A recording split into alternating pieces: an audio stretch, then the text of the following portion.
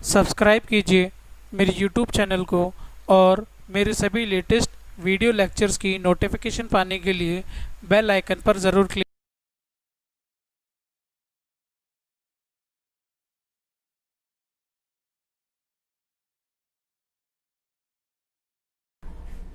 तो चलिए आगे अब जान लेते हैं लेखांकन की आधारभूत परंपराओं और अवधारणाओं के बारे में।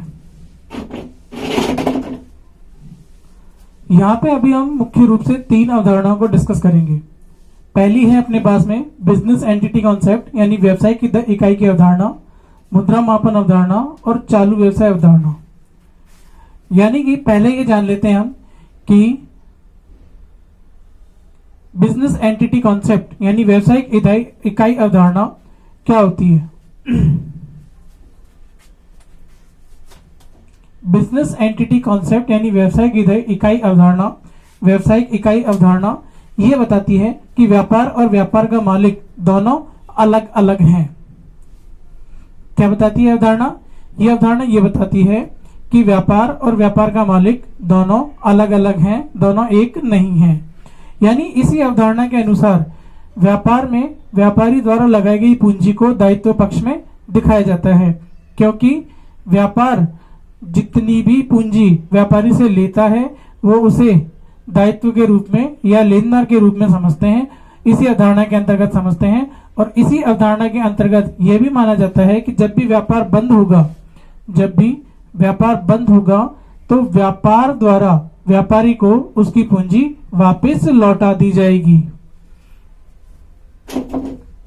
दूसरा है मुद्रा मापन अवधारणा यानी कि मनी मेजरमेंट कॉन्सेप्ट। व्यापार के जितने भी लेन देन हैं या घटनाएं हैं, उन सभी को अकाउंटिंग बुक्स में रिकॉर्ड करने का जो सबसे मेन बेस है, एक मेन बेस जो है, मुख्य आधार जो है बुक्स ऑफ अकाउंट्स में रिकॉर्ड करने का, वो है अपने लिए क्या?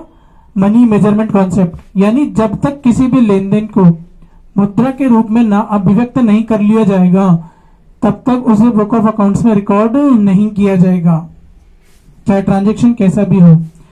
इस अवधारणा के आधार पर केवल वे ही लेन देन और घटनाएं लेखांकन पुस्तकों में लिखी जाएंगी जिनको मुद्रा के रूप में व्यक्त किया जा सके। किसी भी बिजनेस ट्रांजैक्शन को बुक्स ऑफ अकाउंट्स में रिकॉर्ड करने का सबसे महत्वपूर्ण आधार है ये। बिना मनी मेजरमेंट करे हुए आप किसी भी लेन देन को या किसी भी व्यावसायिक घटना को बुक्स ऑफ अकाउंट्स में यानी लेखा पुस्तकों में नहीं लिख सकते हैं। नेक्स्ट है इसके अंदर कि केवल मौद्रिक मूल्यांकन ही विभिन्न प्रकार की वस्तुओं को लेखों अर्थात अकाउंटिंग से जोड़ने का आधार होता है और इसी आधार पर लेन देनों को लेखा पुस्तकों में दर्ज किया जाता है। जब भी हम अकाउंटिंग करने की प्रोसेस को पढ़ते हैं ना, तो उसमें हम सबसे पहले क्या देखते हैं? आइडेंटिफिकेशन कर लिया। दूसरा है मुद्रा के रूप में नापना, मनी मेजरमेंट करना। तो यहाँ पे जब भी हम मनी मेजरमेंट करते हैं किसी भी ट्रांजेक्शन का, तो इस कॉन्सेप्ट को ध्यान में रख के ही किया जाता है। यही कॉन्सेप्ट बेस होता है किसी भी वस्तु को या संपत्ति को बुक्स ऑफ अकाउंट्स में रिकॉर्ड करने का। यही कॉन्सेप्ट बेस होता है किसी भी अकाउंटिंग ट्रांजैक्शन को या बिजनेस इवेंट को लेखा पुस्तकों में अकाउंटिंग बुक्स में रिकॉर्ड करने का। बिना मनी मेजरमेंट के आप किसी भी ट्रांजैक्शन को बुक ऑफ अकाउंट में रिकॉर्ड नहीं कर पाएंगे। नेक्स्ट पढ़ते हैं अपन चालू व्यवसाय अवधारणा यानी कि गोइंग कंसर्न कॉन्सेप्ट। चालू व्यवसाय अवधारणा।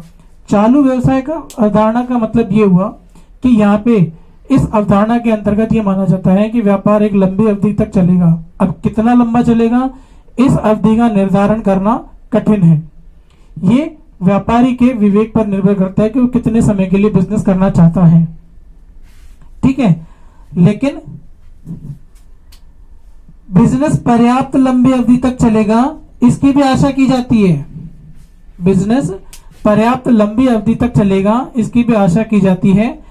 और इसी अवधारणा के अनुसार व्यापार की पुस्तकों में लेखा पुस्तकों में संपत्तियों को उसके वास्तविक मूल्य में से मूल्यह्रास यानी डेप्रिसिएशन की वैल्यू को लेस करके ही दिखाया जाता है। अब डेप्रिसिएशन क्या होता है? संपत्तियों के निरंतर प्रयोग से उसके मूल्य में होने वाली कमी को ही मूल्यह्रास कहते हैं, डेप्रिसिएशन कहते हैं। तो यहाँ पे जब व्यापार लंबी अवधि तक चलेगा तो ऐसे में संपत्तियों को और वस्तुओं को व्यापार में लंबे समय तक दिखाना पड़ेगा जब तक व्यापार है। तो ऐसे में कब तक दिखाना है?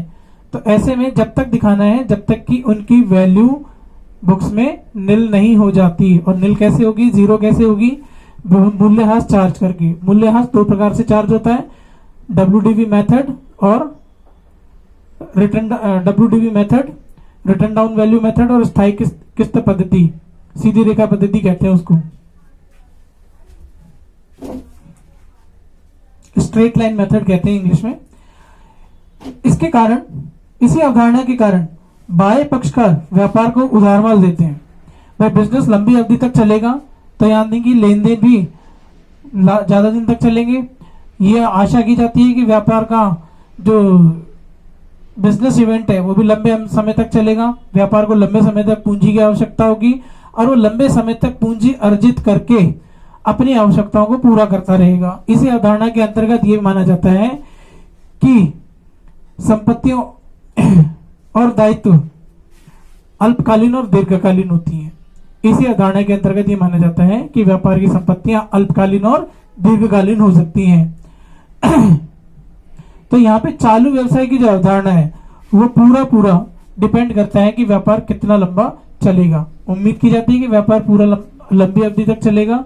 और इसी अवधारणा के अंतर्गत व्यापार के जो बाह्य पक्षकार हैं, चाहे वो क्रेडिटर हो, चाहे लोन देने वाला हो, चाहे व्यापार में पैसा लगाने वाला हो, बाह्य पक्षकार इसी अवधारणा के अंतर्गत व्यापार में पैसा लगाते हैं, उधार देते हैं, ऋण देते हैं। तो ये थी अपनी 3 अकाउंटिंग कॉन्सेप्ट जिसमें हमने पढ़ा अभी कौन कौन से? बिजनेस एंटिटी कॉन्सेप्ट यानी व्यवसायिक इकाई की अवधारणा, दूसरा है मुद्रा मापन अवधारणा, मनी मेजरमेंट कॉन्सेप्ट, और तीसरा है अपना गोइंग कंसर्न कॉन्सेप्ट। ये तीनों ही कॉन्सेप्ट बेस हैं थ्योरी के, अकाउंटिंग की थ्योरी के बेस हैं। इसके अलावा और भी हैं कॉन्सेप्ट जो अपन अभी डिटेल से पढ़ेंगे। लेकिन पहले हमने ये जान लिया कि बिजनेस एंटिटी कॉन्सेप्ट में यह माना जाता है कि व्यापार और व्यापार का मालिक दोनों अलग अलग हैं और क्यों व्यापारी द्वारा लगाया गया पैसा व्यापार की पुस्तकों में लायबिलिटी साइड में दिखाया जाता है। दूसरा मनी मेजरमेंट कॉन्सेप्ट बेस है। ये किस चीज का बेस है? मनी मेजरमेंट कॉन्सेप्ट बेस है किसी भी अकाउंटिंग ट्रांजेक्शन को या बिजनेस इवेंट को बुक्स में रिकॉर्ड करने का। थर्ड है गोइंग कंसर्न कॉन्सेप्ट यानी व्यावसायिक इकाई की अवधारणा। इसी कॉन्सेप्ट के आधार पर हम ये मानते हैं कि व्यापार लंबे समय तक चलेगा, और कितना लंबा चलेगा हम ये नहीं जानते हैं, लेकिन आशा करते हैं कि पर्याप्त लंबी अवधि तक व्यापार चलेगा। इसी के आधार पर जितनी भी संपत्तियां हैं वो व्यापार में उसके वास्तविक मूल्य में से मूल्यह्रास घटा करके दिखाई जाती हैं। ठीक है। और व्यापार के बाह्य पक्षकार जिसमें कि लेनदार, उधार माल देने वाले, लेनदार और लोन देने वाले व्यक्ति इसी आधार पर व्यापार को क्या करते हैं? उधार माल या सेवाएं प्रदान कराते हैं, उधार पैसा देते हैं। तो ठीक है, ये थी अपनी क्या अकाउंटिंग कॉन्सेप्ट।